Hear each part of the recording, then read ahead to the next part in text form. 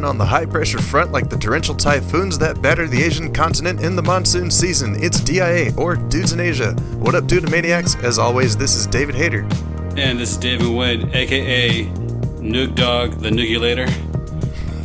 On episode 41 of this podcast, we're going to be talking about moving to Vietnam. Yes, indeed. Vietnam, man. That's right, man. Something I'll be doing in a few months. So, do you pick a date yet? Did you pick a date yet? Nope, not at all. Okay. Yeah, because, when I get back, there's going to be, some things I got to do. I need a new passport and whatnot, Yeah, that's right. Yeah, we'll see how it goes, man. Wait, when does your passport expire? Oh, actually, never mind. This in, January. Okay. Yeah, man. All right. But yeah, man. How's it going, dude? Anything new with you this past week? Man, I don't know. It's crazy how much a week can change. It is. Yeah. Man, it's all a blur right now. But pretty much, for anyone who's been, paying attention to our show, if you heard the last episode, I was kind of venting about stuff, but clearly I was just very emotional, but I was clearly wrong about a lot of things I said. I'm going to make it short at that. I'm going to just leave it at that. But yeah, dude. It happens. Yeah, I'm a little emotional bitch anyway. So anyways, yeah. But things have been good. Spending a lot more time with Grace. That's always really nice. And then working on a lot of personal projects and then getting some things in motion. So it's actually quite exciting right now. That's good, man. That's good. And I met some old friends. Some old friend I haven't met in years. Actually, both friends I haven't met in years. They're all from the Kinta area. Well, I met them in Kinta. And we had this nice reunion on Friday. Got plastered. And, it's been good times ever since. Dude, I leveled up, bro. I leveled up on my drinking, crazily. Oh, really? Yeah. See, man, if you do something consistently, man, your hard work pays off.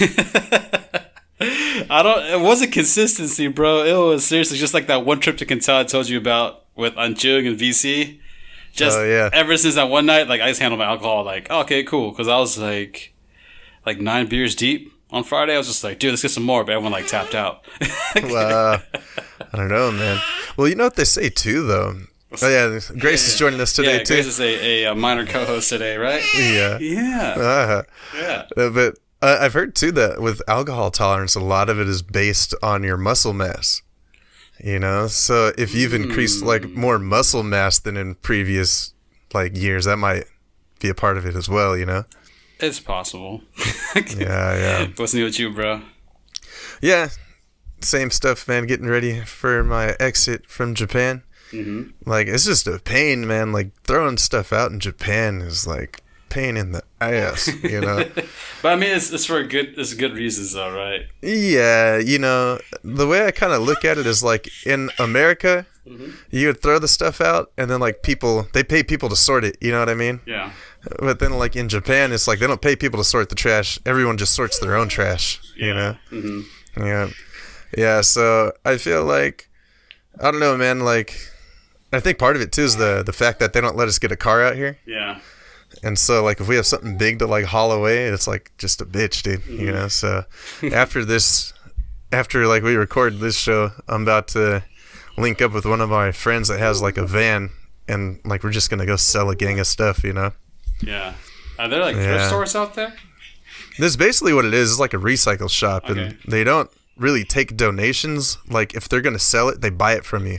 It's we don't want to take no donations. Yeah, they will help you throw it out, though, which is nice. Yeah. But still, they'll still pay for it? No. Okay. You don't have to pay anything. They won't buy it from you. Yeah. They'll just make it disappear, Hey. Yeah.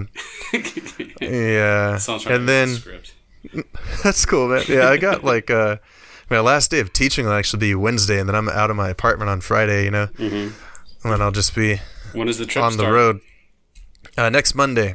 So wait, you're out of your apartment on Friday, then what are you doing for the weekend? I'm just kicking it, hotel, man. Okay. Nice. Yeah, just be kicking it around Yokaich. Yeah, Yokaich. In the mean streets. Yeah. Nice. And then, I don't know, man, it's just kind of funny, though, because, I've been saying, goodbye to a lot of people and stuff, and just hey, so we want to see you before we leave. When can you hang out? This time's good. It's okay. And then we're saying goodbye. It's all right, so we'll see you later. But yeah, we should hang out again before you go. Just this was to say goodbye. Yeah. You know what I mean? I'm like, if I hang out with everybody, my apartment won't get clean.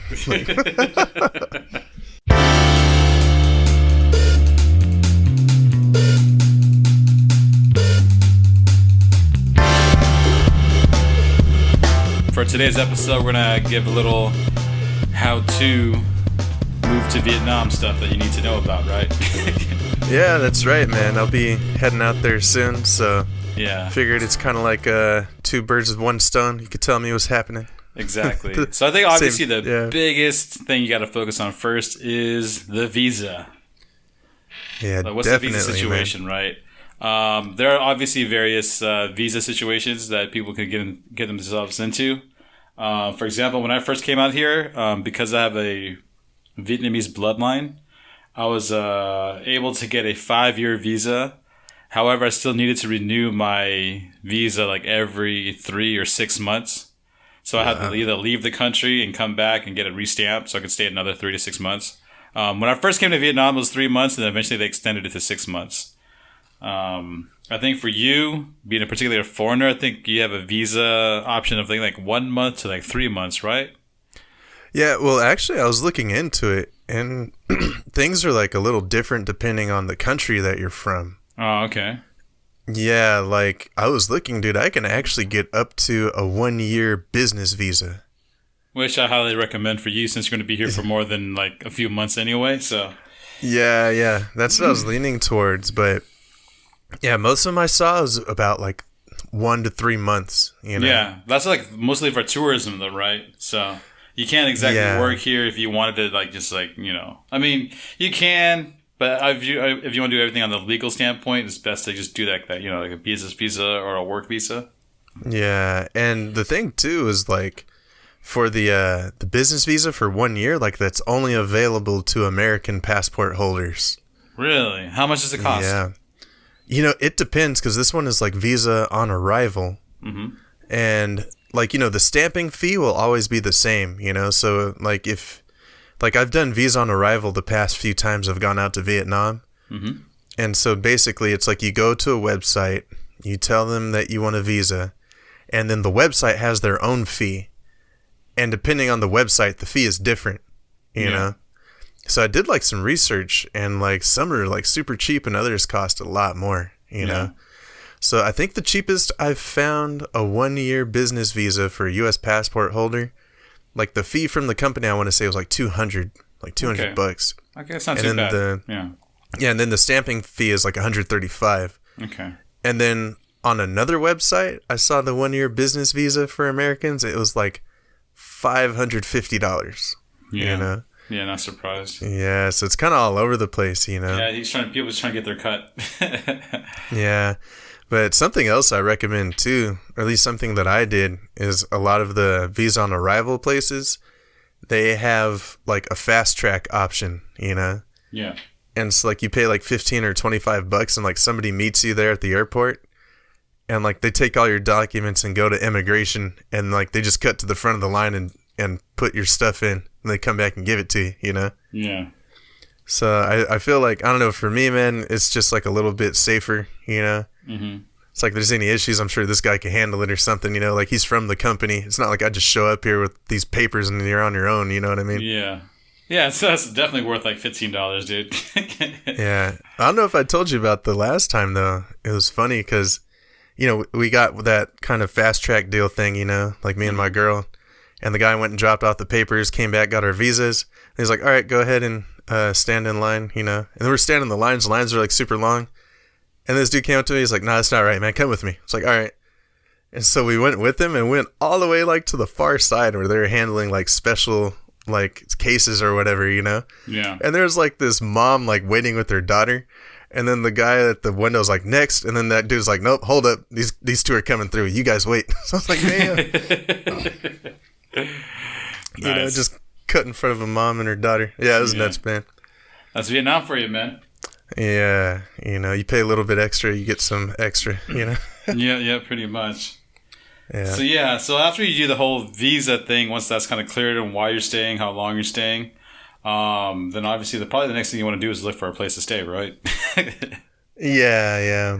Yeah, how did you handle it when you came out, man? Like, you had some family and stuff, though, right? When I first came, actually, like when I first did my when I first came out here, I actually looked at places on Craigslist first, actually, because my wife wasn't really like staying at Ho Chi Minh City too much, or she was staying at a place I couldn't really stay at, so I had to look for my own place, and she had no idea where to start. So I started looking at Craigslist and found a decent spot, and then I kind of showed up there, made the arrangements in advance, and then pretty much just showed up and paid the money and kind of stayed there for a little bit. Nice, man. What kind of spot was it? So, like, pretty expensive? Yeah, it was like, I think it was like $350 at the time. It was a huge room though, but then it was like a shared kitchen and stuff like that. So it was someone had built this like 4-story house, and then they built this like secondary tower that was like pretty much like like guest rooms and whatnot. Pretty much they had like you could use their own washing machine. There was a kitchen there and stuff like that. So it was a really spacious room, but $350 a month for me at that time was a bit much, but it was just what I needed at that time. Yeah, and then that's $350, and it's like you're self-sufficient at that point too. Yeah, I mean like internet's covered, and all the utilities you don't have to worry about, so it's pretty good. But if you have the time and you have the connections, with me now, I obviously can introduce you to places that are just more suitable. Because the problem with that place was there was like a curfew like at 11, because like once the owners went to sleep, like they locked the doors. Oh, okay. So it's kind of like you have to run on their schedule, which is like shitty. But at that time, I wasn't a night owl. I never went out anyway, so it didn't even matter. But obviously you want to have that flexibility where it's like, shit, I just want to go for a walk. I want to go do something else. I want to party till, God knows what time. Yeah. So I know, it's like you're trying to go out at night, like, David, where are you going? It's like, I'm going out. When are you coming back? I don't know. Yeah. What part of Ho Chi Minh was that, dude? It was in District 7. Okay. Yeah. So yeah, it wasn't the nice parts of District 7. It was like a little more like run down part of D7 at that time. It's still okay, but not as good as where I was staying at at VC's place. Nowhere near as good. Yeah, for sure, man. Yeah. So I mean, there's this other layer. If you want to be here like legally and don't have any issues, like when you get to a place that you want to stay, you have to go to like the local like government, like each like a little ward / like not district's like the bigger side, like a ward is like a little smaller section, like a zip code kind of thing. Mm-hmm. You got to go to the government, kind of like, yo, dude, I'm staying here, and have this like kind of sign these documents like this is where I'm staying, because otherwise like if they just like, I haven't encountered it at all yet, but if they were to just like cause a scene, they could just like, where's the paperwork, and then they can boot you out immediately if you didn't have what they asked for, Wow. Oh, dude. So lately, a little side note is like, dude, it's just like, I guess you can see communism is like really at its core. And like, I just do whatever the fuck I want. I don't care what you guys are about, Mm-hmm. Because, I guess like lately, like a lot of apartment buildings have been really strict about having pets. So apparently like 2 days ago, at VC's place, some person like brought in their dog, but then like the security guard would not allow her to get into the building. So the husband kind of stepped in to like stop the whole thing, and then the security guard choked her out. Yo, what? Yes. Choked out the lady? Yes. Damn. And then like the next day, there's like 15 security guards just like patrolling the area and shit, dude. Man, that escalated quickly, man. Yes, it did. Like over now pets, like dudes, like you shouldn't number one, you should put your hands on a woman, Yeah. 2, you fucking choked her out, and 3, you're just like, come on, yo, like you're a security guard, nigga, like you ain't a cop, like what the hell. Yeah. And the thing too, like I used to be a security guard, so like that's why like when you're telling the story, I'm trying to imagine like the steps. Yeah. So it's like, hey, it's like, good evening, ma'am. It's like, hello, sir. It's like, oh, you can't have the dog here. What do you mean I can't have this dog here? Choke out. Yeah, exactly. Yeah. So I mean, it's a communist like country, so that just people just gonna do whatever the fuck they want, you know. Yeah. But how is it though? Like, so some buildings will say no pets. Are there any buildings that are like cool with pets? So when I moved into my building, it was all perfectly cool.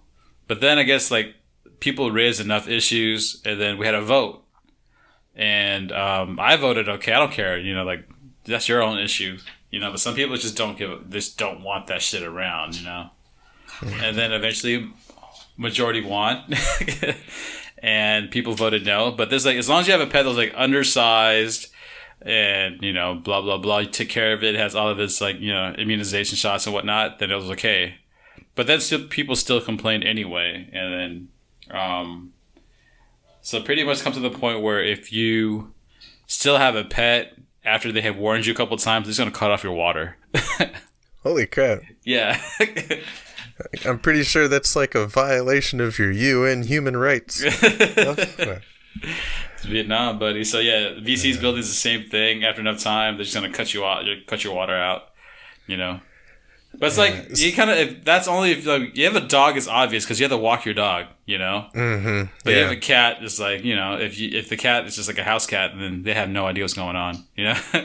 Right, yeah, because Anna and I were talking about that. We're like, yeah, we haven't had like because we can't have pets out here where we live, you know? Yeah. And it's like, yeah, dogs are cool, but then you gotta walk them, you gotta take care of them. It's not so good. Yeah. Like maybe get a cat or something, you know? Mm-hmm. Cat are self-sustaining, so it's a lot easier.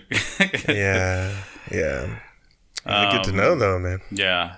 Yeah, so be careful with pets and depending on what building. Let's see what next. Do you still have your driver's license from back home? I surely do. Okay, yeah, you can actually just get it converted out here. Just go to like their DMV. I think you have to get it translated though, or because I did when I first got here, but I haven't renewed mine yet. But pretty much, if you want to drive around legally with no issues, because pretty much you don't have your driver's license, they will try to fine you up the yin yang. Yeah, because I think that's what a lot of people do, right? Is like they just kind of show up and they're like, it's Vietnam, I do what I want, you know? Yeah, pretty much. Like they cruise around and like chances are you won't get caught, but you meet the wrong super cop and you're going to pay, you know? Yeah, exactly. So but it's not that hard. You just go to the DMV, showing your American driver's license, they'll convert it over. And then pretty much like you'll get it, I think the same day from what I remember. Not bad. But isn't there something though, right? So like if you want to be licensed to drive a scooter, like then you need like a motorcycle license, right? Correct. Yeah. So if you only had the car license, like how would that work out? I think it converts it to a car license, but like I don't know if you really want to drive a car. Yeah, right? Yeah, for sure, dude. Yeah, but you have both anyway, so you're good. I remember when I did mines, I only had a motorcycle license. And the guy's like, you don't have a car license? Like, no. He's like, I've never seen this before. Like, I don't know how to handle this. It's like, only motorcycle license? And then like jerked though. Like, it's a motorcycle license, dude. And like my license says I can't drive anything over like 100 cc's. I'm like, dude, I drive a motorcycle back home, son. Like, what do you mean can't drive anything over 100 cc's? That sucks, man. You know? But it's like, you know, what are they going to do, really? Yeah, so anyways, for sure, man. What else would you need to know about Vietnam when you get here? There obviously a visa, the living situation, car license. Anything else you need to know? I don't know, man. How is it like trying to find work, you know what I mean? Or like, I feel like maybe some people... like they have the idea that they want to come to Vietnam and then find a job. Yeah. So like maybe they'll come on like a tourist visa and then they'll try to find work and like can get it converted over. Yeah. That's like, you know, that's the majority of what people I've encountered did. They came to Vietnam just to come to Vietnam, and then they fell in love with the country, and then you know, try to find work, and it was mostly English teachers who just ended up, you know, being English teachers. And then eventually, like, the school helped out to handle the visa situation to turn it from a travel visa to a work visa. Okay, it's Yeah, not I mean, too like bad. there are plenty of jobs at English teaching, but I'm pretty sure you don't want to get involved in that stuff again. Yeah, for me, it's like a backup plan, you Yeah, know. yeah. But it's like I've done it for 5 years, and I've kind of seen like how you are treated as an English teacher. Like, you like there isn't a lot of room for advancement, you know. No, there isn't. And it is like a chill job depending on where you are, Mm-hmm. but it's not like something you can really make a career out of. You know No, what I no, mean? no. Absolutely. I mean, so Vietnam is Ho Chi Minh City is actually has a really good startup environment that I've noticed. There's a lot of entrepreneurs out here, but obviously it's mostly tech because Vietnam's tech industry is pretty big now. But you know, people need all sorts of different skills in the startup environment anyway. So if you wanted to find a job out here, like, you know, just we'll figure something out. Yeah, But yeah. I'm trying to like branch out on my own and start something new as well, though.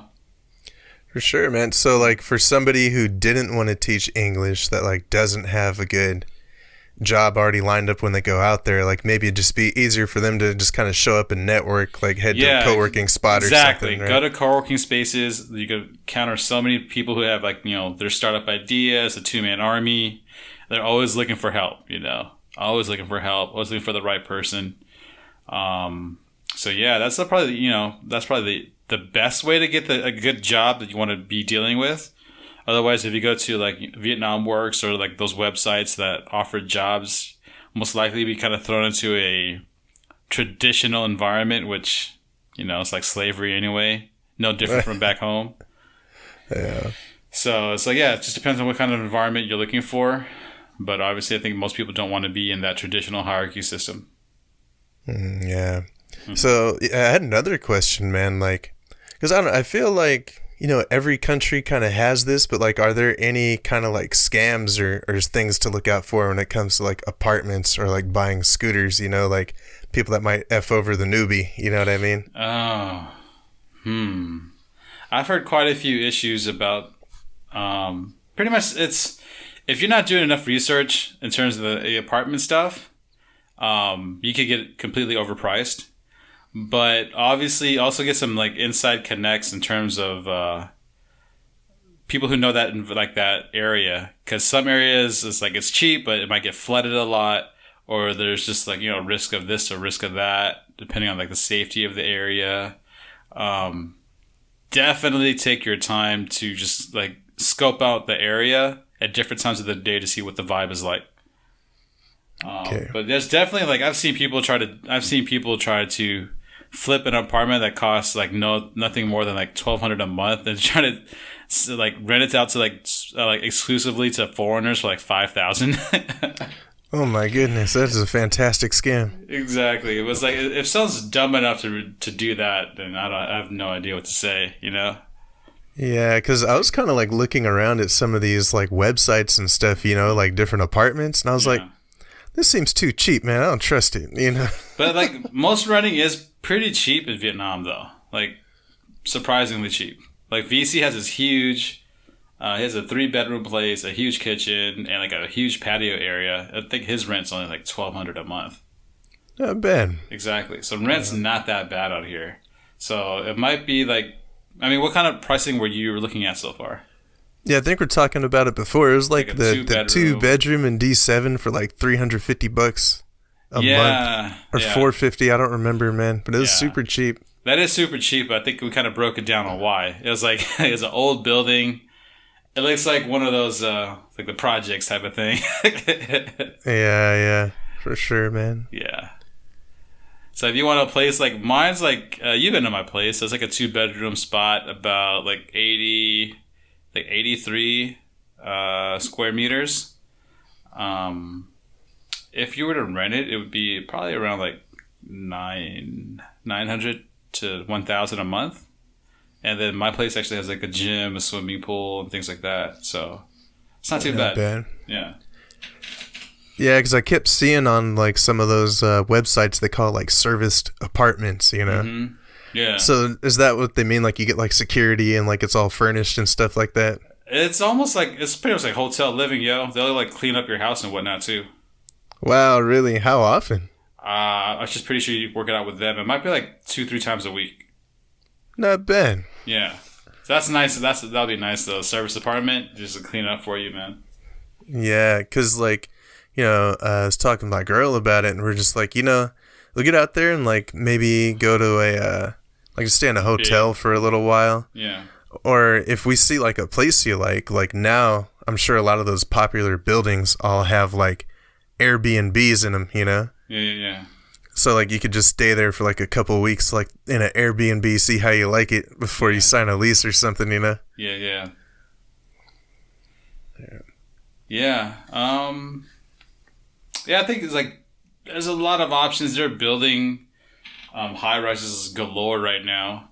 So I think just like eventually it's just like the supply is going to be so high and the demand is going to be kind of low. So just kind of take your time to kind of look at what spots you kind of like and where.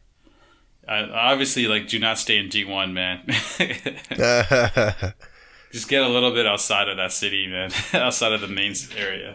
Yeah, it's just like too nuts, huh? It's too nuts, man. I mean, it's convenient if you want to walk around all day, but I think eventually you probably just get tired of it.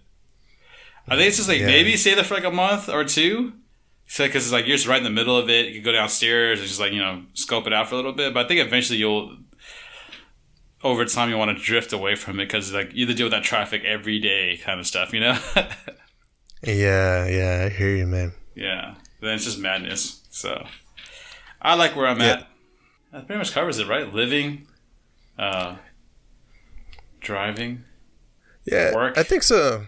Yeah, it's mostly just like getting in there, finding a place to stay, getting around, like getting paid, and then just like avoid being ripped off. You know what I mean? Yeah. That does it for another fresh episode of Dudes in Asia. Moving to another country can always be a challenge. It really helps to do your research and get to know the situation before you get there. It does help, but sometimes you can take that leap of faith and just figure it out when you get here, just like my friend SB. We're going to be interviewing him soon, so look forward to that episode. This is Nugulator signing out. Be sure to check out our blog at dudesinasia.blogspot.com or hit us up on Facebook at facebook.com/dudesinasia.